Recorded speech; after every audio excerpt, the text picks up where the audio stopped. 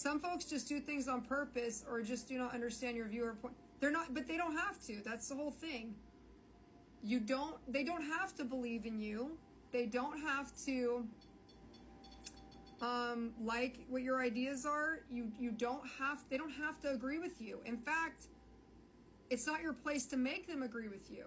Like, it really isn't. And I see so many people wasting time and energy trying to change someone else's feelings, trying to change someone else's opinions, trying to change someone else's ideas. You're really wasting your time, because even the drug user, that was his life path to go through that experience. You're just judging him without a purpose, when he had a sole agreement to come down and deal with addiction and overcome it. Like, that was part of it. Alcoholism can be part of their contract. The sexual abuse and trauma or domestic violence, I'm not kidding. It can be part of their contract to go through it, overcome it, and move forward so they can be a help, a mentor or something to their kids or to another woman or to another person. Or maybe they even had a soul contract with the abuser to teach that person a lesson. So we don't know the soul contracts that everybody makes before they come. But when you walk around with one little myopic perspective, judging everybody with the glasses, oh, yep, they're poor, they're too fat, they're too skinny, they're too black, they're too white, they're too gay, they're too straight, they're too Christian, they're too Republican, they're too Democrat. Like, you're just going through life with all these boxes on people, quantifying everything according to your ego, deciding for everybody what is right and wrong, and not even having a single iota of respect for their soul contracts, which may be completely different than yours. They may have contracted for poverty, whereas you contracted for wealth, and they both have an equal amount of temptation. Impoverished people have the temptation to steal. Wealthy people have the temptation to lack compassion and empathy. And you could literally live your whole life in an embarrassment to God because you lived in comfort always, never thinking about those that suffer and lacking compassion and empathy because you had everything. People in poverty, that's a huge blessing because they can learn to be happy with very little, but their children often fall to temptations like drug use, drug selling, relationships, having children early, domestic violence, like everything.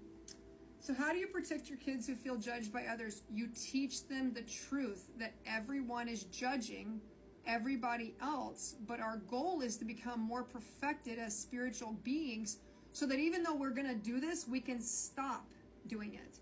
It doesn't mean that we're not going to instantly have the judgment. It's that we can then reel it back and decide that we're not the God of their universe. We're not the keeper of their soul contracts. We don't have to change the way they think about us because and I teach this a lot, so much to my teenagers and so much to my LGBTQ community, because what they do is they internalize. They immediately internalize what's said to them. You're not good enough. Oh my God, I'm not good enough. I'm fat. Oh my God, nobody's gonna want me. I'm not right. I'm wrong. I'm made wrong.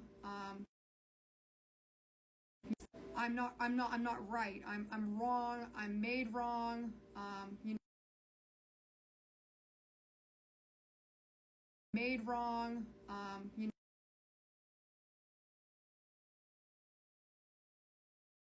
2 hours at 10 years old. The person that is judging them is stuck in a box, and they're sticking them in a box by quantifying, which is separation, which is the ego, because the ego always seeks to separate. The ego always seeks to separate, while spirit always seeks to put things together. So when you think about this, you need to explain to your child, so-and-so called you what? Whatever the name, whatever the expression, whatever the action was, we want to address it. And we don't just want to say, oh, they're wrong, they're jealous of you. You know, we heard that growing up. It doesn't really wash very well. What you want to say is, they're judging you based on their perceptions and indoctrination, but that is not who you are, nor does their opinion make you who you are. I don't even care. People have told me, oh, my dad said this, my mom said this, I was a disaster, I was unwanted, I ruined her life. And I go, okay, well, that doesn't make it true. And they go, well, my mother said it. And I go, yeah, but again, that doesn't make it true for you. You have the ability to not internalize everything that is said to you. You can let them think whatever the hell stacks they want to think about you, and it shouldn't or needs to at this point. And I teach my kids this very young. It doesn't need to matter to you. Who somebody thinks you are doesn't mean that you're that thing unless you begin to respond to it. I can call you every name in the book. It won't matter unless you start responding to it and coming to the table when I call you. Then that becomes who you are. And that's the same for bullying and teasing and this gossip. Oh my God, everybody's got a gossip. So much gossip. You know what? You wish you didn't you wish you didn't work so many hours when raising your daughters. That's wishcraft, right? We wish it. And all you need to do when that thought comes into your head, Renee, I want you to replace that with the thought, I am sending love to each of my daughters, letting them know how happy I was to have them as a child. That's all it is. That's literally all you have to do. Love is the universal, most powerful energy source on the planet. We could power everything that has ever been or ever will be by bottling up love. And I mean, it's a physical energy. If you love water, you can program it. If you love plants, you can make them grow. If you love animals, you can heal them. If you love your person, you can repair a lot of damage, okay? Whenever you think a thought about how you wish you'd been a better person, you wish you'd been a better son, you wish you'd been a better anything, I want you to replace that thought with the opposite internal reaction. So let's answer these two questions. That's the place I'm at. I don't care. Let them say and think whatever they want. Yes, that is absolutely true, but there is a caveat. There's a caveat. I want to take you past that place because that place is enough to protect you, but it's not enough to help you. I'm going to show you where that comes from right after that. And for you, you may already know this, so I'm not specifically singling you out. How do I get over my mom not talking to me anymore? It hurts me so bad. I didn't do anything to her. She disowned me over my grandmother not leaving her any money in the will. So now what we have to ask ourselves, sweetheart, is she really disowning you? Or is she disowning the grandmother and using you as the scapegoat for her own jealousy and greed? Because I don't have to be a psychic to see through that, and that entire perception is based in the fact that her, and actually this is just a hurt mom hurting her child. She's a hurt child because her mother loved you more than her. Her mother chose you over her. So now I guarantee she chooses another one of her children over you to repeat the cycle of hurt people, right? Guarantee it. I guarantee it. So she was a limited person then, sweetheart. She was already limited. That's why your dear grandmother, your dearly beloved grandmother, stepped in to become the mother figure that you truly needed, because mom was not capable, because she was a dried up, empty well, and you had a little bucket, and you were looking for somebody to fill your little bucket. So you go over, and grandma's there to fill your bucket. Here you go, sweetheart. So you try to go to mama, and she's like, get away from me. What are you doing? I don't have time for this. And then you go back to grandma, and then she gives you a little more in your little bucket, so you go away happy. She did not have that unconditional well.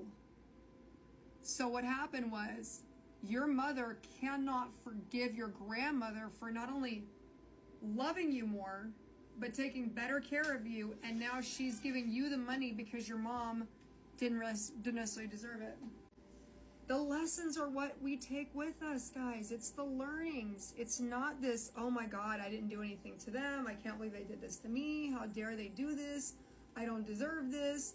It may not be that you deserve it, but it's that you have a soul contract to experience love. It's for your experiences. Heaven is perfect. Heaven is perfect. It doesn't have any lessons like that. Heaven is perfect. It's like we were in preschool there, or like a daycare with no way to get out and hurt ourselves. and everybody wanted to jump ship. Like, let's just get out of here. Let's go down and have some fun. We couldn't learn our lessons. We had never been hungry. We had never been thirsty. We had never been tired. We had never been alone. We had never been separate. We never had individuality. In heaven, we're all spiritually connected. We know what each other's feeling. We know what each other's thinking. We can't even harm each other if we wanted to, because we would feel everything we said or did or thought about the other person would come into us instantly. So coming down here, as much as you guys think it's a drag, they find it fascinating. And when you leave, you're like so happy to be back with Source and to be back with each other. But we also laugh at how absurd we are. Like, I remember in my near-death experience, I was laughing at myself losing my cool over something so stupid. There was a push pop I was trying to open, and it was like so hard frozen in this deep freezer that I had grabbed it and I had smashed it on my cousin's dash to try to pop it with a stick.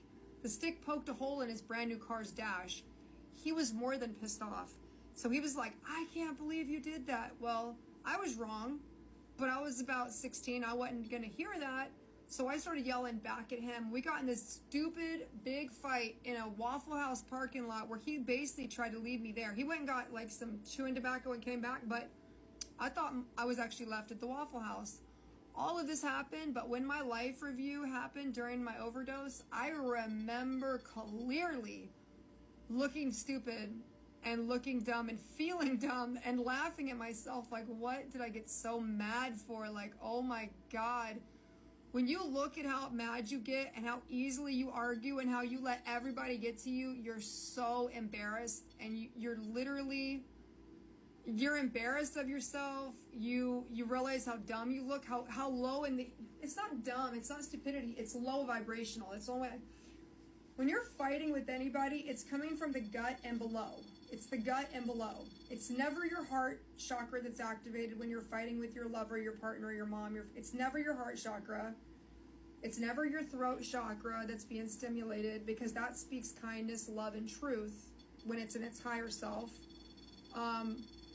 But when you're trying to fight somebody and you don't want to hear their feelings and you don't want to know anything about their situation, you're in the lower chakras. Like, nothing good can come of that. It can only breed more low vibrational experience.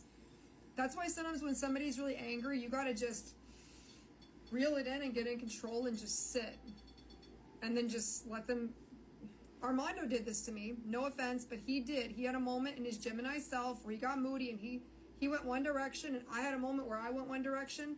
And the only way to stop that is to just say, thank you so much. I love you. I appreciate all you've done. I hope that you have a good day. I'm sorry this was your experience. And you just have to I was okay with coming back and saying I was sorry, because I wasn't sorry for getting on to the situation. I was sorry for how I handled it. But because I'm not good with being argued with, when I'm like, look, the fence is broken. No, it's not. Or look, this is this. No, it's not. It's because he tries to get out of trouble. I try to hold him accountable. So we got into this weird dynamic, and I had to step away from it. And a lot of times if people lose their temper and get mad, you have to step away from it. That's the only way to get out of it. And not step away from the person. You can stay totally face to face with the same person you're fighting with, but you need to step away egotistically. Like, your opinion doesn't need to be inserted into this. Your experience does not need to be your I'm right, you're wrong does not need to become a part of that conversation. You can just let someone else be right in their own mind.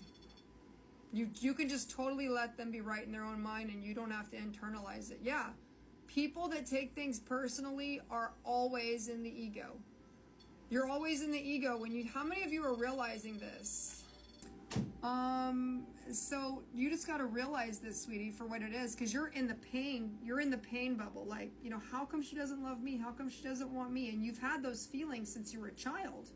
So that's very easy to rewound that inner child. But what you have to realize is she was an empty well. And the problem is a person that's an empty well, even if they want to give it to you, they don't have it. She did not have anything in her well, so you were always starving for that affection and love. You can't even, I don't want to say you can't blame her, but you can't. She is a limited person. You're an unlimited person with huge empathic abilities. You're sensitive and honest and sweet to everyone. You care about everybody because you know what it's like to be alone and feel unloved. And it's because of her and in spite of her that you are the person that you are today. So it's like to say, you know, I wish she wouldn't have done this would be like to say, I wish I wasn't the man that I am. You can't say that. My mother abandoned me at 3 years old and left me in a bathtub in Baton Rouge, Louisiana. And my aunt was 17 and she came and found me and brought me back. You can't ask a high school, you know, a junior. You're asking for something they don't have the ability, the skills, or any of that, or even maybe even spiritually, you're a much older soul than she is. That's the truth. Spirit's answering it. You know, you have a soul that's 5 lifetimes old. She has a soul that's 2 lifetimes. She's still selfish. Tuned in and attuned and accurate as they could ever be. I'm not connecting to the physical person in the room. I'm connecting to spirit either way, whether you're with me or not. And people just want to meet me in person. The people that know me want to meet me in person because they just want to see what my energy's like. But if they've never read with me, they think, oh, I need to be there for it to be real. I'm okay with them thinking that. I had to let go of that ego a long time ago. So yeah, you guys just book your session. Oop, chills. Just book your sessions. Why not? I offer money back guarantee. You've got nothing to lose. And I already know I don't have to give her money back because you are going to get the best reading because I am one of the best mediums in the entire United States. I've been offered a show. I turned it down. I was offered a second spot. I turned it down. I'm just not where I want to be positioned yet. And now I know because my husband had a heart attack, Mr. Sunshine, and I had to bring CPR to bring him back. And this was just a month ago. Yesterday. 1 month? 1 month? No, 2 months yesterday. So, we think about that. Wow.